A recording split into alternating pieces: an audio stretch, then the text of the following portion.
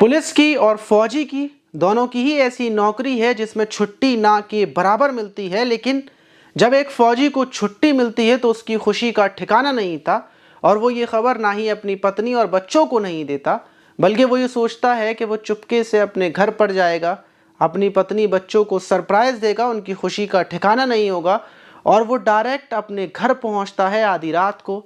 लेकिन जब वो जाकर देखता है तो उसकी पत्नी किसी और के साथ आपत्तिजनक हालत में थी और फिर जो वहाँ पर कांड होता है, जो घटना होती है, जो खूनी खेल होता है जिसमें एक को मौत के घाट उतार दिया जाता है, यकीनन ये पूरी कहानी और इसको कहानी किस तरीके से घूमती हुई आती है, पूरा मामला जानने के बाद आप चौंक जाएंगे। दिनेश दिवाकर, जिनकी उम्र 30 साल थी, जो एक जाबाज फौजी थे जिनकी तैनाती जम्मू कश्मीर में थी, उनका एक छोटा सा परिवार था, एक फैमिली थी। माता पिता तो एटा में रहा करते थे, लेकिन वो फर्रुखाबाद में अपनी पत्नी और अपने 2 बच्चों के साथ रहते थे। पत्नी का नाम रमा था और ज़िंदगी बिल्कुल ठीक ठाक चल रही थी, खुशहाल परिवार था। वो रोज़ाना जम्मू कश्मीर से अपनी पत्नी रमा के पास फ़ोन करते, वीडियो कॉल करते, अपने बच्चों से बातचीत करते और उनसे वादा करते कि मैं जल्दी तुम लोगों से मिलने के लिए आऊँगा। और उन्होंने बहुत सारे सपने देख रखे थे, बहुत सारे उनके अरमान थे और यही वजह थी कि वो 8 लाख रुपए खर्च करते हैं, अपनी पत्नी की सरकारी नौकरी लगवाते हैं, बच्चों को पढ़ाने की।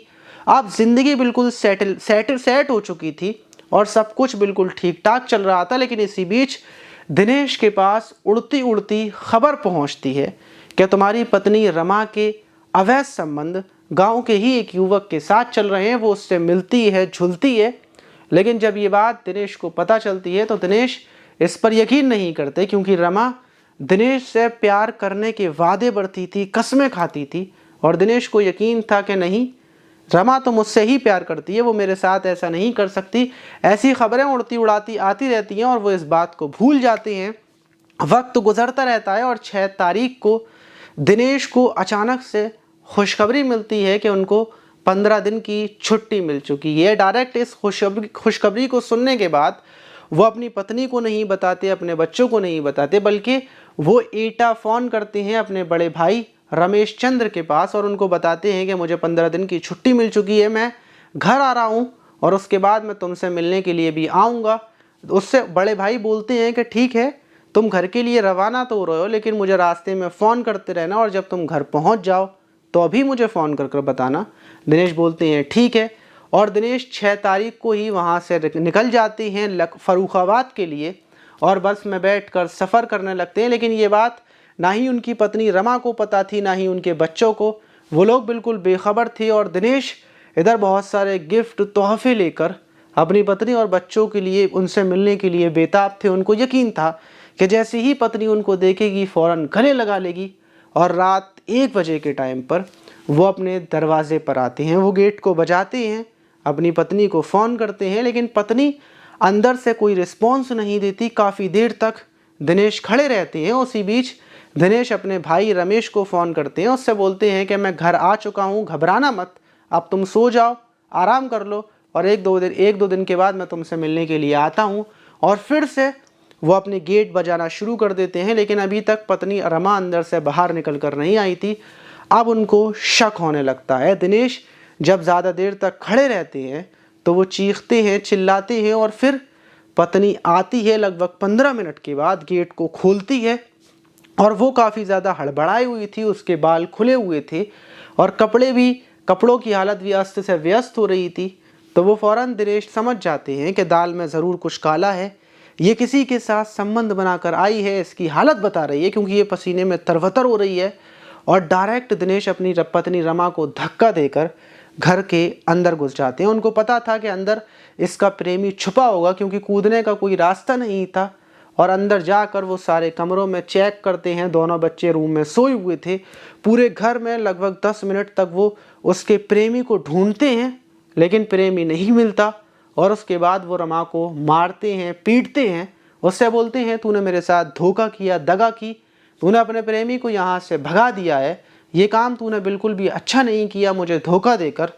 लेकिन रमा फिर अपनी अदाओं के जाल से दिनेश को बातों में फंसाती है, उनसे बोलती है पिटने के बाद कि ऐसा कुछ भी नहीं है और उनको अपने ही साथ में बाहर खुले में ले जाती है, वहाँ पर चारपाई पर बिठा देती है और फिर किस करते हुए प्यार करने लगती है। दिनेश भी खो जाती है और वहीं पर दोनों संबंध बनाते हैं। अंदर बच्चे सोए हुए थे और अभी तक संबंध बनाने के बाद दोनों चारपाई पर लेट जाते हैं। रमा सोने का नाटक करती है, अपनी आंखों को बंद कर लेती है और दिनेश भी ये देख कर के रमा सो गई है तो मैं भी सो जाता हूँ, क्योंकि दिनेश थके हुए थे और उनकी भी आंख लग जाती है, वो भी सो जाते हैं। उसके बाद रमा उठती है और अंदर रूम में जाती है और एक बक्से को खोलती है, उसमें से उसका प्रेमी बाहर निकलता है। रमा ने अपने प्रेमी को बक्से में छुपा दिया था, क्योंकि जिस टाइम पर दिनेश आए थे तो वो अपने प्रेमी के साथ आपत्तिजनक हालत में लेटी हुई थी और उसको कपड़े पहनने में और दिनेश को और अपने प्रेमी अमोल को छुपाने में इतना टाइम लग गया। वो अपने प्रेमी को बाहर निकाल कर लाती है, उससे बोलती है कि दिनेश बाहर सो रहे हैं, अब डायरेक्ट हमारे पास एक ही रास्ता है कि हमें दिनेश की हत्या करना पड़ेगी। दोनों बाहर आते हैं और कंबल डायरेक्ट दिनेश के मुंह पर रख लेते हैं। दिनेश फड़फड़ाते हैं, अपनी ताकत दिखाते हैं। वहीं जो उसका रमा का प्रेमी अमोल था वो दिनेश की रिवॉल्वर उठाकर सर्विस रिवॉल्वर से दिनेश के गोली मार देता है। वहीं पर दिनेश की जान चली जाती है। रात के 2 बज रहे थे, इसलिए किसी को भी खबर नहीं होती कि आवाज़ कहाँ से आई है, क्योंकि गाँव में लोग गहरी नींद में सोए होते हैं। वहीं हत्या होने के बाद दिनेश की लाश को रमा कमरे के अंदर खींच कर ले जाती है, वहाँ पर साफ सफाई कर देती है और कमरे में ताला लगाकर उसको बंद कर देती है। अपने प्रेमी अमोल को वहाँ से भगा देती है। अब लाश कमरे के अंदर रखी हुई थी। वहीं दूसरा दिन लगता है और दिनेश के बड़े भाई जो उसके पास फ़ोन कर रहे थे, दिनेश का फ़ोन स्विच ऑफ आ रहा था, तो वो रमा के पास फ़ोन करते हैं और रमा से बोलते हैं कि दिनेश का फ़ोन बंद क्यों है। उसका रात को फ़ोन आया था कि वो घर पर पहुँच गया है, लेकिन अभी तक ना ही उसका फ़ोन आया और ना ही मुझे कुछ पता चला है। तो रमा बोलती है मुझे नहीं पता कि दिनेश यहाँ पर कब आए हैं, लेकिन घर पर तो दिनेश बिल्कुल नहीं आए। और ये सुनने के बाद रमेश अपनी माँ को बताता है, सबको बताता है कि छोटे भाई दिनेश का फ़ोन रात को आया था कि वो घर पहुँच गया है, लेकिन वो अभी तक घर नहीं पहुँचा।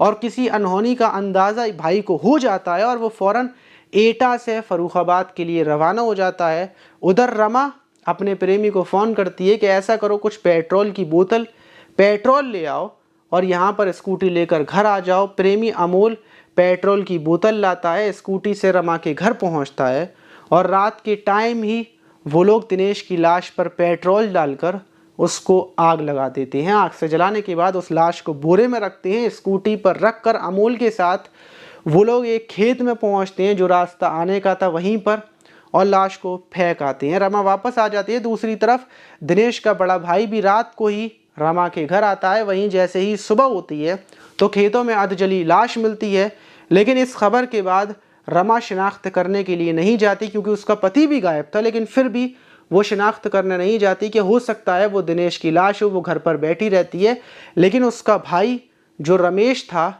वो शिनाख्त करने जाता है और लाश को देखकर फ़ौरन पहचान जाता है ये मेरे भाई की लाश है, क्योंकि लाश के पास उसकी सर्विस रिवॉल्वर और उसका फ़ोन और उसका जो पर्स था वहीं पर पड़ा हुआ था। पहचान होने के बाद पुलिस पूछताछ करती है और जब पुलिस पूछती है तो सबसे पहले रमेश चंद्र ये बोलता है कि ये बात मेरी भाभी को भी पता थी कि यहाँ पर लाश मिली है, लेकिन वो शिनाख्त करने के लिए नहीं आई और मेरे भाई का फ़ोन यही आया था रात को, क्या भैया मैं घर पहुँच चुका हूँ, परेशान होने की कोई बात नहीं है, लेकिन घर पहुँचने के बाद भी ऐसा कैसे हो गया।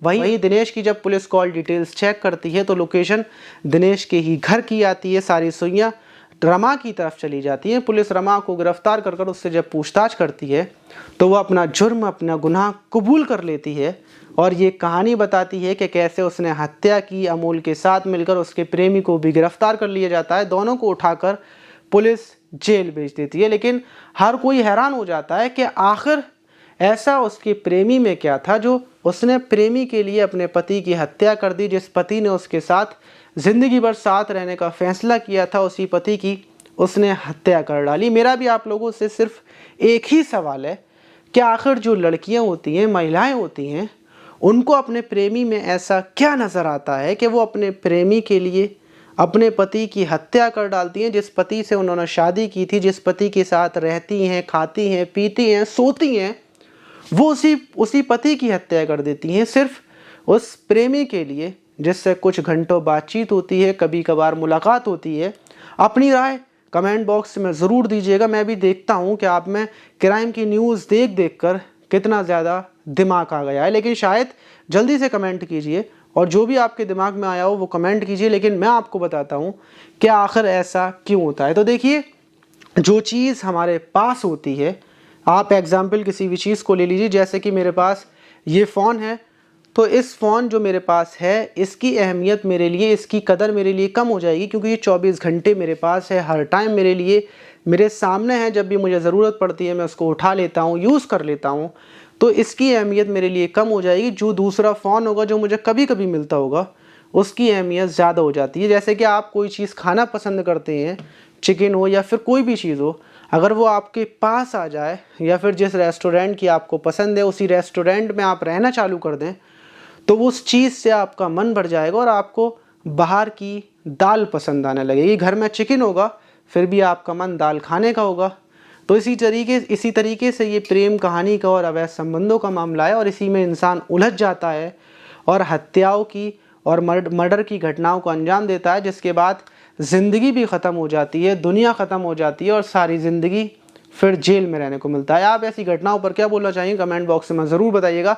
और मेरा नाम माज है, आपको मेरी वीडियोस कैसी लगती हैं ये भी बताइएगा। और अगर आपकी ज़िंदगी में कोई परेशानी है, कोई प्रॉब्लम है, या फिर आपको हमारी मदद की ज़रूरत है, तो कमेंट कर सकते हैं या फिर हमें कॉल कर सकते हैं। हमारा नंबर आपको डिस्क्रिप्शन में मिल जाए, कमेंट बॉक्स में मिल जाएगा अगर आपको चाहिए होगा। तो मिलते हैं किसी और वीडियो में, अपना ख्याल रखिएगा और सावधान रहिए। आने वाली मुसीबत को पहले ही भांप लीजिए, क्योंकि इस टाइम पर पता नहीं कहाँ कहाँ मुसीबत है, कुछ भी नहीं पता चलता। मिलते हैं किसी और वीडियो में, जब तक के लिए हम कुर्सी पर बैठते हैं और आराम करते हैं।